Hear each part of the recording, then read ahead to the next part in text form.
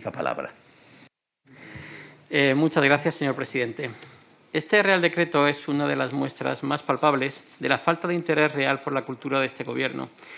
Y esa falta de interés se ha traslucido en todos sus aspectos, comenzando por las palabras del ministro de Cultura, de Rodríguez Uribes, en el sentido de que la cultura tendría que esperar, con la que comenzamos esta crisis, hasta este momento en que las personas que están interviniendo también nos están diciendo que este Real Decreto o esta ley que se desarrolla no va a aportar gran cosa y que tendremos que seguir haciendo un esfuerzo en otras iniciativas. La desesperante lentitud y falta de medios con la que se acompañó la acción del Gobierno condujo a que todos los sectores del mundo de la cultura, y son muchos, pidieran uno por uno el cese del ministro. Actores, directores, técnicos de sonido, artistas circenses, trabajadores del mundo taurino, de los teatros, pintores, escultores, técnicos de montaje. Tardaríamos menos en nombrar a aquellos que no pidieron ese cese. Esa inacción condujo a la desesperación más absoluta a muchas personas y por esta razón todos los grupos de esta Cámara, desde el PSOE hasta el PP, pasando por Esquerra, por Podemos o por nosotros mismos, hemos recibido a decenas de asociaciones, empresas y sindicatos que nos reclamaban medidas de distinto tipo para mantener la actividad de las industrias culturales en peligro. Muchas más son las que nos han hecho llegar de las más variadas formas sus peticiones. He estudiado las enmiendas de todos los grupos y he podido advertir, en este caso, hasta qué punto hemos ejercido de meros transmisores, en muchos casos, de las demandas de los ciudadanos, gracias a nuestra actividad como diputados. Algunas enmiendas han sido presentadas por todos los grupos, tal y como han sido entregadas a ellos por parte de estas asociaciones, como por ejemplo la presenten prácticamente todas las enmiendas de la Asociación de Gestión de las Asociaciones de Gestión de Derechos.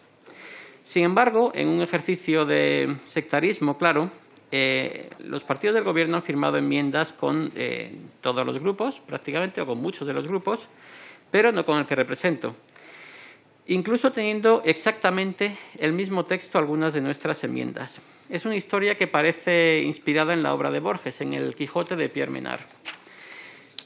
Siempre se ha comentado por parte de los diferentes portavoces de la Comisión de Cultura que esta comisión solía ser un oasis y que, por malo que fuera el enfrentamiento político, se dejaba de lado su aspecto más virulento para encontrar un mayor acuerdo. Parece que eso era posible porque no estaban en mayoría, pero nuestra experiencia, al menos, en la tramitación de este Real Decreto es bastante negativa. Estuve en esta misma sala, en la Comisión de Exteriores, y pude advertir una negociación y una capacidad de acuerdo muy superior para llegar a que incluso nuestro grupo pudiera apoyar muchas iniciativas a través de la negociación. Eso no se ha producido aquí. El Gobierno vetó todas las enmiendas en este Real Decreto que supusieran un aumento de gasto o una reducción de ingresos, por lo que en un decreto de ayudas económicas al mundo de la cultura nos quedamos con una mera enumeración de miserias, que nos gustaría que llegaran con rapidez a los pocos que puedan beneficiarse de ellas. Pero no podemos decir que esperemos, porque la falta de eficacia tramitando las ayudas en tiempo de pandemia ha sido escandalosa.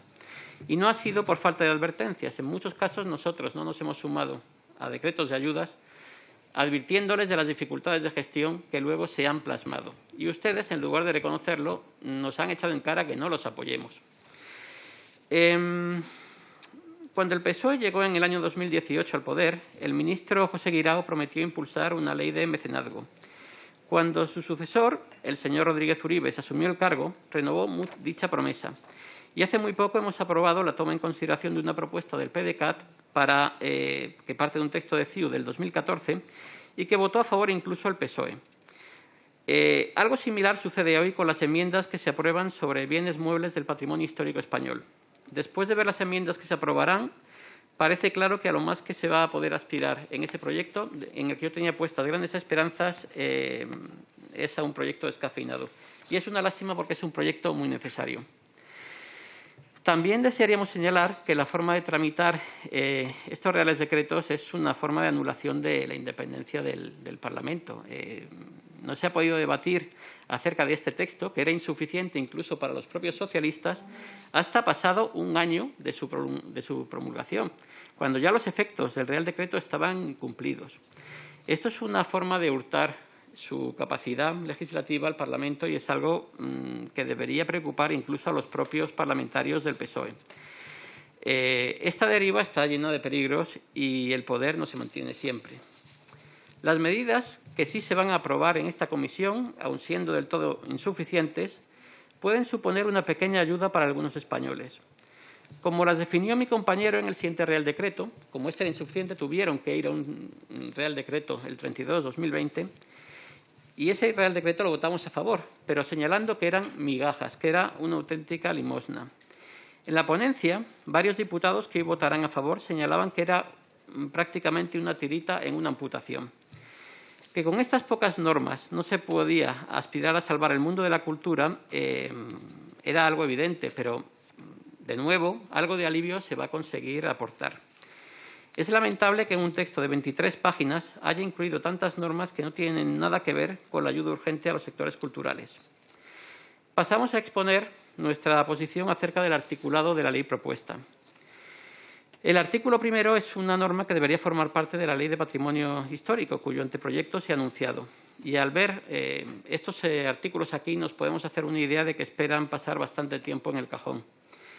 El artículo segundo, de modificación, que procede de una enmienda del PNV, lo vemos favorablemente. Como pueden ver, nosotros tomamos en consideración la medida propuesta y no la postura del grupo político o nuestro enfrentamiento con él. Consideramos, ya digo, de manera favorable esta propuesta y consideramos que puede darle una mayor flexibilidad a la ley. También nos parece adecuado el artículo 3, que procede de la enmienda 62 de Ciudadanos, porque suprimir las condiciones de las salas de cine para acceder a las ayudas en una situación como la que se produjo el año pasado nos parece muy razonable. Por cierto, nosotros teníamos también una enmienda en este sentido que tampoco ha sido considerada.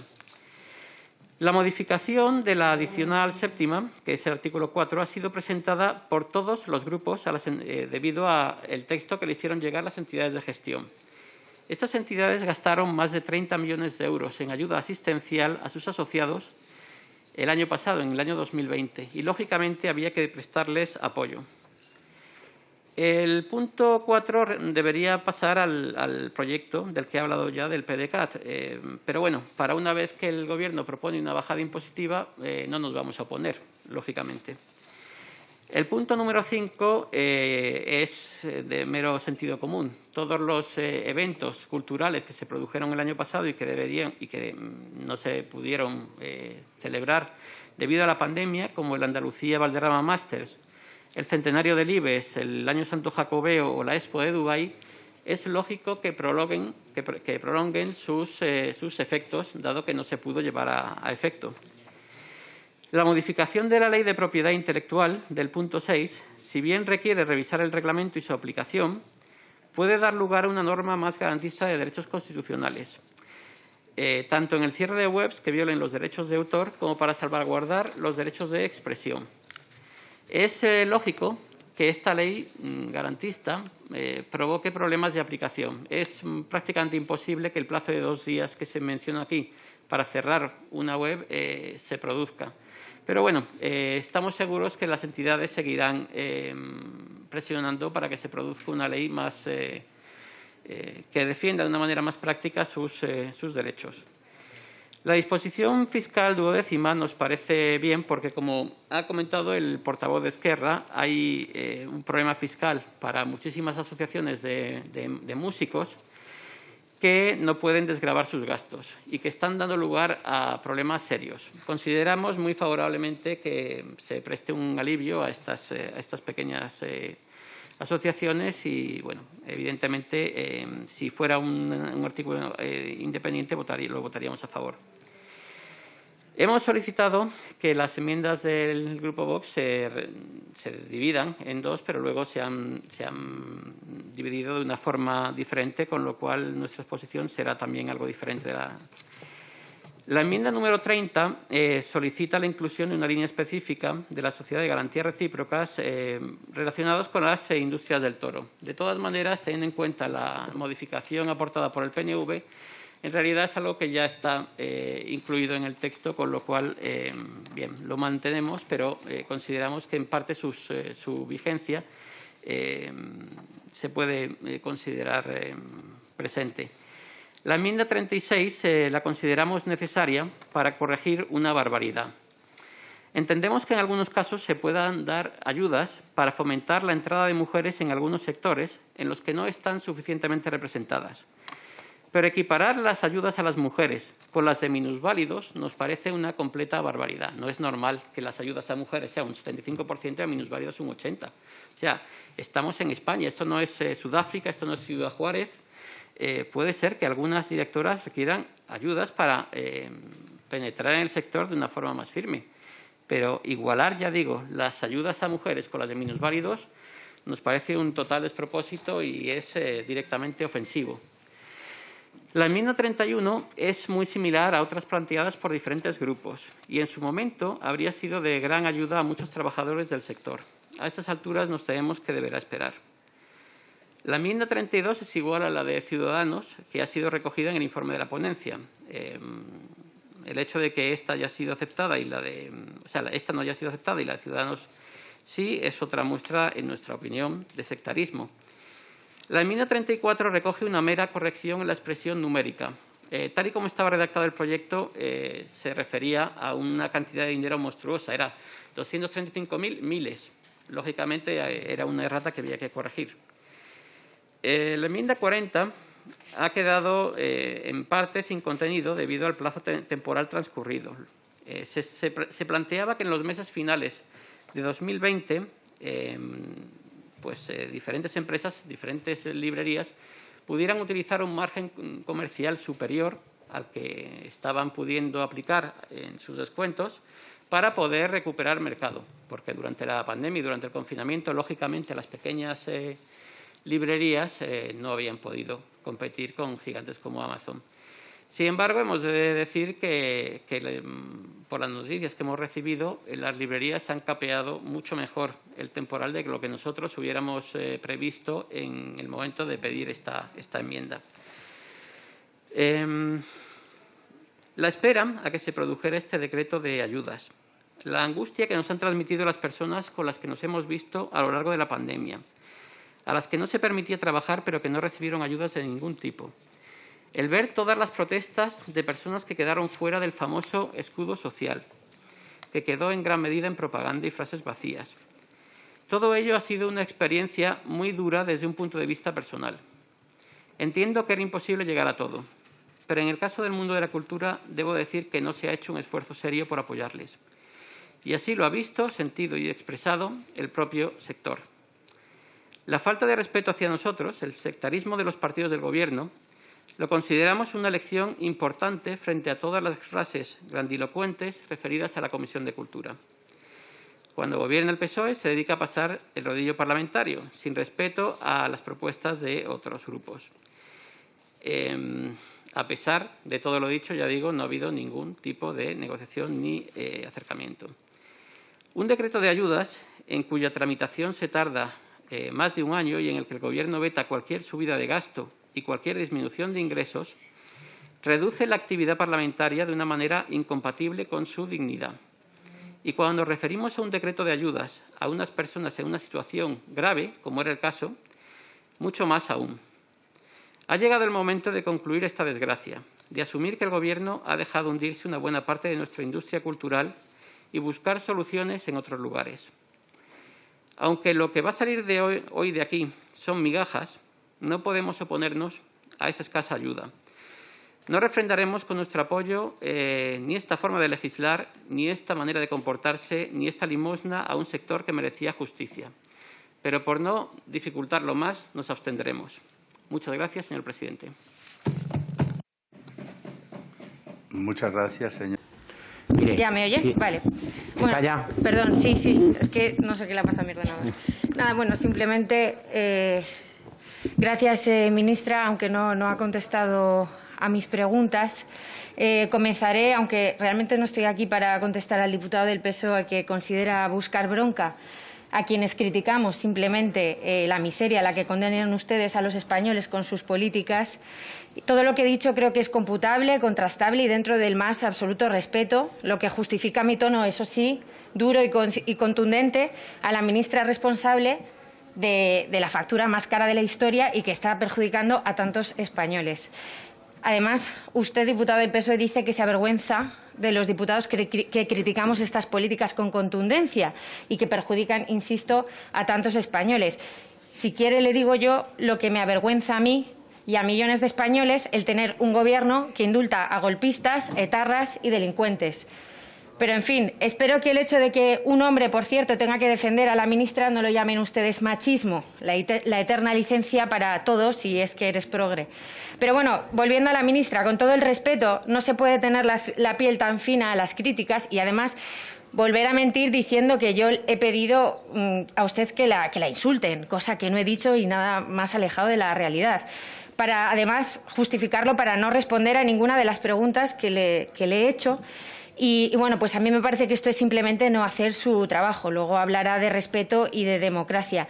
Antes no me dio tiempo a comentar sobre ciertas cuestiones, entre ellas el Fondo Nacional de Sostenibilidad del Sistema Eléctrico, como el sistema que ustedes quieren implementar para rebajar la factura eléctrica y del que tanto presumen.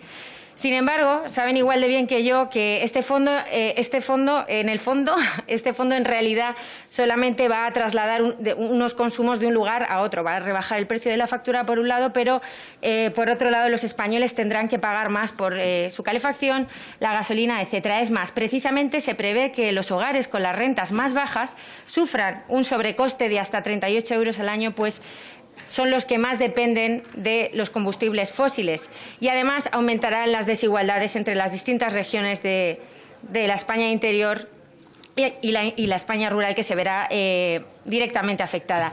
Este fondo, en definitiva, pues no va a solucionar ningún problema y es otro parche más que ponen ustedes, añadiendo burocracia legislativa y, de nuevo, mayor inseguridad jurídica. Por otra parte, el objetivo, de acuerdo con los compromisos internacionales, es la descarbonización de la economía. Y ustedes este Gobierno ha convertido a España en la única nación que penaliza al que emite CO2 y al que no emite lo penalizan aún más, expropiando los legítimos ingresos. Señora Borràs, tiene que terminar. A las empresas que compiten en los mercados con las reglas del juego que, por cierto, ustedes marcan. ¿Qué sentido tiene todo esto, ministra? ¿Por qué se empeñan en mandar señales contradictorias al mercado? Y simplemente, para terminar, quería dirigirme al diputado de Bildu, que me imagino que cuando habla de su país, pues igual que habla de su país imaginario de nunca jamás, tampoco tendrá muchos problemas en la factura de la luz, que se la puede inventar también si quiere.